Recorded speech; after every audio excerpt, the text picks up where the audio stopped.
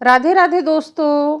आज हम सुनेंगे मुंशी प्रेमचंद की एक बहुत ही शानदार कहानी जिसका शीर्षक है पूर्व संस्कार। कहानी में हम जानेंगे कि क्यों एक भाई को दूसरे भाई का कर्ज चुकाने के लिए लेना पड़ा दूसरा जन्म। आखिर उसने अपने भाई के साथ ऐसा क्या विश्वासघात किया था। जानने के लिए चलिए सुनते हैं कहानी। सज्जनों के हिस्से में भौतिक उन्नति कभी भूलकर ही आती है। राम टहल विलासी, दुर्व्यसनी, सचरित्रहीन आदमी थे, पर सांसारिक व्यवहारों में चतुर, सूद ब्याज के मामले में दक्ष और मुकदमे अदालत में कुशल थे। उनका धन बढ़ता था, सभी उनके असामी थे। उधर उन्हीं के छोटे भाई शिव टहल साधु भक्त, धर्मपरायण और परोपकारी जीव थे। उनका धन घटता जाता था। उनके द्वार पर दो चार अतिथि बने ही रहते थे। बड़े भाई का सारे मोहल्ले पर दबाव था। जितने नीच श्रेणी के आदमी थे, उनका हुक्म पाते ही फौरन उनका काम करते थे। उनके घर की मरम्मत बेगार में ही हो जाती। ऋणी कुंजड़े साग भाजी भेंट में दे जाते। ऋणी ग्वाला उन्हें बाजार भाव से डेढ़ा दूध देता। छोटे भाई का किसी पर रोब न था। साधु संत आते और इच्छा पूर्ण भोजन करके अपनी राह लेते। दो चार आदमियों को रुपए उधार दिए भी थे, तो सूद के लालच में नहीं, बल्कि संकट से छुड़ाने के लिए। कभी जोर देकर तगादा न करते कि कहीं उन्हें दुख न हो। इसी तरह कई साल गुजर गए, यहाँ तक कि शिव टहल की सारी संपत्ति परमार्थ में उड़ गई। रुपए भी बहुत डूब गए। उधर राम टहल ने नया मकान बनवा लिया, सोने चांदी की दुकान खोल ली, थोड़ी जमीन भी खरीद ली और खेती बाड़ी भी करने लगे। शिव टहल को अब चिंता हुई कि निर्वाह कैसे होगा। धन न था कि कोई रोजगार करते। वह व्यवहारिक बुद्धि भी न थी जो बिना धन के भी अपनी राह निकाल लेती है। किसी से ऋण लेने की हिम्मत न पड़ती थी। रोजगार में घाटा हुआ तो देंगे कहाँ से। किसी दूसरे आदमी की नौकरी भी नहीं कर सकते थे। कुल मर्यादा भंग होती थी। दो चार महीने तो ज्यों त्यों करके काटे। अंत में चारों ओर से निराश होकर बड़े भाई के पास गए और कहा, भैया, अब मेरे और मेरे परिवार के पालन का भार आपके ऊपर है। आपके सिवा अब किसकी शरण लूं? छोटे भाई की बात सुनकर राम टहल ने कहा, इसकी कोई चिंता नहीं। तुमने कुकर्म में तो धन उड़ाया नहीं। जो कुछ किया उससे कुल कीर्ति ही फैली है। मैं धूर्त हूँ, संसार को ठगना जानता हूँ। तुम सीधे साधे आदमी हो, दूसरों ने तुम्हें ठग लिया।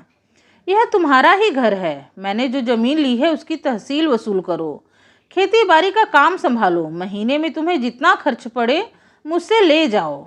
हाँ, एक बात मुझसे न होगी, मैं साधु संतों का सत्कार करने के लिए एक पैसा न दूंगा और न तुम्हारे मुंह से अपनी निंदा सुनूंगा।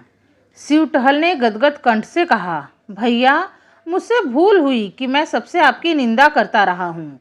उसे क्षमा करो। अब मुझे अपनी निंदा करते सुनना तो जो चाहे दंड देना। हाँ, आपसे मेरी एक विनय है। मैंने अब तक अच्छा किया या बुरा, पर भाभी जी को मना कर देना कि वो उसके लिए मेरा तिरस्कार न करे। राम टहल बोला, अगर वो कभी तुम्हें ताना देगी तो मैं उसकी जीभ खींच लूँगा। राम टहल की जमीन शहर से 10-12 कोस पर थी। वहाँ एक कच्चा मकान भी था। बैल गाड़ी, खेती की अन्य सामग्रियाँ वहीं रहती थी। शिव टहल ने अपना घर भाई को सौंपा और अपने बाल बच्चों को लेकर गांव चले गए। वहाँ उत्साह के साथ काम करने लगे। नौकरों ने काम में चौकसी की। परिश्रम का फल मिला। पहले ही साल उपज डेढ़ी हो गई और खेती का खर्च आधा रह गया। पर स्वभाव को कैसे बदले? पहले की तरह तो नहीं, पर अब भी दो चार मूर्तियां शिव टहल की कीर्ति सुनकर आ ही जाती थी और शिव टहल को विवश होकर उनकी सेवा और सत्कार करना ही पड़ता था। हाँ, अपने भाई से यह बात छिपाते थे कि कहीं वह अप्रसन्न होकर जीविका का यह आधार भी न छीन ले। फल यह होता कि उन्हें भाई से छिपाकर अनाज, भूसा, खली आदि बेचना पड़ता। इस कमी को पूरी करने के लिए वह मजदूरों से और भी कड़ी मेहनत लेते और खुद भी कड़ी मेहनत करते। धूप, ठंड, पानी बूंदी की बिल्कुल परवाह न करते थे। मगर कभी इतना परिश्रम तो किया न था। शरीर शक्तिहीन होने लगा। भोजन भी रूखा सूखा मिलता था। उस पर भी कोई ठीक समय नहीं। कभी दोपहर में खाया, कभी तीसरे पहर। कभी प्यास लगी तो तालाब का पानी पी लिया। दुर्बलता रोग का पूर्व रूप है। बीमार पड़ गए। देहात में दवा दारू की सुविधा न थी। भोजन में भी कुपथ्य करना पड़ता था। रोग ने जड़ पकड़ ली। जोर ने पलीहा का रूप धारण किया और पलीहा ने 6 महीने में काम तमाम कर दिया। राम टहल ने यह शोक समाचार सुना तो उन्हें बड़ा दुख हुआ। इन 3 वर्षों में उन्हें 1 पैसे का अनाज नहीं लेना पड़ा। गुड़, घी, भूसा, चारा, उपले, ईंधन सब गांव से चला आता था। बहुत रोए कि मैंने भाई की दवा दर्पण की कोई फिक्र नहीं की। अपने स्वार्थ की चिंता में उसे भूल गया। लेकिन मैं क्या जानता था कि मलेरिया का ज्वर प्राण घातक ही होगा, नहीं तो यथाशक्ति अवश्य इलाज करता। भगवान की यही इच्छा थी, फिर मेरा क्या बस। अब कोई खेती को संभालने वाला न था। इधर राम टहल को भी खेती का मजा मिल गया था। उस पर विलासिता ने उनका स्वास्थ्य भी नष्ट कर डाला था। अब वह देहात की स्वच्छ जलवायु में रहना चाहते थे। निश्चय किया कि अब खुद ही गांव जाकर खेती बाड़ी करूं। लड़का जवान हो गया था। शहर का लेन देन उसे सौंपा और देहात चले आए। यहाँ उनका समय और चित्त विशेष कर गऊओं की देखभाल में लगता था। उनके पास एक जमुना पारी बड़ी रास की गाय थी। उसे कई साल हुए बड़े शौक से खरीदा था। दूध खूब देती और सीधी वह इतनी कि बच्चा भी सींग पकड़ ले तो न बोलती। वह इन दिनों गाभिन थी। उसे बहुत प्यार करते थे। शाम सवेरे उसकी पीठ सहलाते, अपने हाथों से अनाज खिलाते। कई आदमी उसके डेढ़े दाम देते थे, पर राम टहल ने न बेची। जब समय पर गऊ ने बच्चा दिया तो राम टहल ने धूमधाम से उसका जन्मोत्सव मनाया। कितने ही ब्राह्मणों को भोजन कराया। कई दिन तक गाना बजाना होता रहा। इस बछड़े का नाम रखा गया जवाहिर। एक ज्योतिष से उसका जन्म पत्र भी बनवाया गया। उसके अनुसार बछड़ा बड़ा होनहार भाग्यशाली स्वामी भक्त निकला। केवल 6ठे वर्ष पर उस पर एक संकट की शंका थी। उससे बच गया तो फिर जीवन पर्यंत सुख से रहेगा। बछड़ा श्वेत वर्ण का था। उसके माथे पर एक लाल तिलक था। आंखें कजरी थी। स्वरूप का अत्यंत मनोहर और हाथ पांव का सुडौल था। दिन भर कलोले किया करता। राम टहल का चित्त उसे छलांगे भरते देखकर प्रफुल्लित हो जाता था। वह उनसे इतना हिल मिल गया था कि उनके पीछे पीछे कुत्ते की भांति दौड़ा करता था। जब वो शाम और सुबह को अपनी खाट पर बैठकर असमियों से बातचीत करने लगते तो जवाहिर उनके पास खड़ा होकर उनके हाथ पांव को चाटता था। वह प्यार से उसकी पीठ पर हाथ फेरने लगते तो उसकी पूंछ खड़ी हो जाती और आंखें हृदय के उल्लास से चमकने लगती। राम टहल को भी इतना स्नेह था कि जब तक वह उनके सामने चौके में न बैठा हो, भोजन में स्वाद न मिलता। वह उसे बहुधा गोद में चिपटा लिया करते। उसके लिए चांदी का हार, रेशमी फूल, चांदी की झांझें बनवाई। एक आदमी उसे नित्य नहलाता और झाड़ता पोछता रहता था। जब कभी वह किसी काम से दूसरे गांव चले जाते तो उन्हें घोड़े पर आते देखकर जवाहिर कुलेले मारता हुआ उनके पास पहुंच जाता और उनके पैरों को चाटने लगता। पशु और मनुष्य का यह पिता पुत्र सा प्रेम देखकर लोग चकित हो जाते। जवाहिर की अवस्था 2.5 वर्ष की हुई। राम टहल ने उसे अपनी सवारी बहली के लिए निकालने का निश्चय किया। वह बछड़े से बैल हो गया था। उसका ऊंचा डील, गठे हुए अंग, सुदृढ़ मांसपेशियां, गले के ऊपर ऊंचा डील, चौड़ी छाती और मस्तानी चाल थी। ऐसा दर्शनीय बैल सारे इलाके में न था। बड़ी मुश्किल से उसका बांधा मिला, पर देखने वाले साफ कहते थे कि जोड़ नहीं मिला। रुपए सामने बहुत खर्च किए हैं, पर कहाँ जवाहिर और कहाँ यह, कहाँ लैंप और कहाँ दीपक। पर कौतूहल की बात यह थी कि जवाहिर को कोई और गाड़ीवान हाँकता तो आगे पैर न उठाता, गर्दन हिला हिला कर रह जाता। मगर जब राम टहल आप पगहा हाथ में ले लेते और एक बार चुमकाकर कहते चलो बेटा, तो जवाहिर उन्मत्त होकर गाड़ी को ले उड़ता। 2-2 कोस तक बिना रुके एक ही सांस में दौड़ता जाता। घोड़े भी उसका मुकाबला न कर सकते थे। एक दिन संध्या के समय जवाहिर नाद में खली और भूसी खा रहा था और राम टहल उसके पास खड़े मक्खियां उड़ा रहे थे। एक साधु महात्मा आकर द्वार पर खड़े हो गए। राम टहल ने अभिनय पूर्ण भाव से कहा, यहाँ क्यों खड़े हो महाराज, आगे जाओ। साधु बोला, कुछ नहीं बाबा, इस बैल को देख रहा हूँ। मैंने ऐसा सुंदर बैल नहीं देखा। राम टहल ने ध्यान देकर कहा, घर का ही बछड़ा है। साधु बोले, साक्षात देव रूप है। यह कहकर महात्मा जी जवाहिर के निकट गए और उसके खूर चूमने लगे। तब राम टहल ने पूछा, आपका शुभागमन कहाँ से हुआ है? आज यहीं विश्राम कीजिए तो बड़ी दया हो। साधु बोले, नहीं बाबा, क्षमा करो, मुझे आवश्यक कार्य से रेलगाड़ी पर सवार होना है। रातों रात चला जाऊंगा, ठहरने से विलंब होगा। राम टहल ने फिर पूछा, तो फिर और कभी दर्शन होंगे? साधु बोले, हाँ, तीर्थ यात्रा से 3 वर्ष में लौटकर इधर से फिर से जाना होगा। तब आपकी इच्छा होगी तो ठहर जाऊंगा। आप बड़े भाग्यशाली पुरुष हैं कि आपको ऐसे देव रूप नंदी की सेवा का अवसर मिल रहा है। इन्हें पशु न समझिए, यह कोई महान आत्मा है। इन्हें कष्ट न दीजिएगा, इन्हें कभी भूल से भी न मारिएगा। यह कहकर साधु ने फिर से जवाहिर के चरणों पर शीश नवाया और चले गए। उस दिन से जवाहिर की और भी खातिर होने लगी। वह पशु से देवता हो गया। राम टहल उसे पहले रसोई के सब पदार्थ खिलाकर तब आप भोजन करते, प्रातःकाल उठकर उसके दर्शन करते, यहाँ तक कि वह उसे अपनी बहली में भी न जोतना चाहते।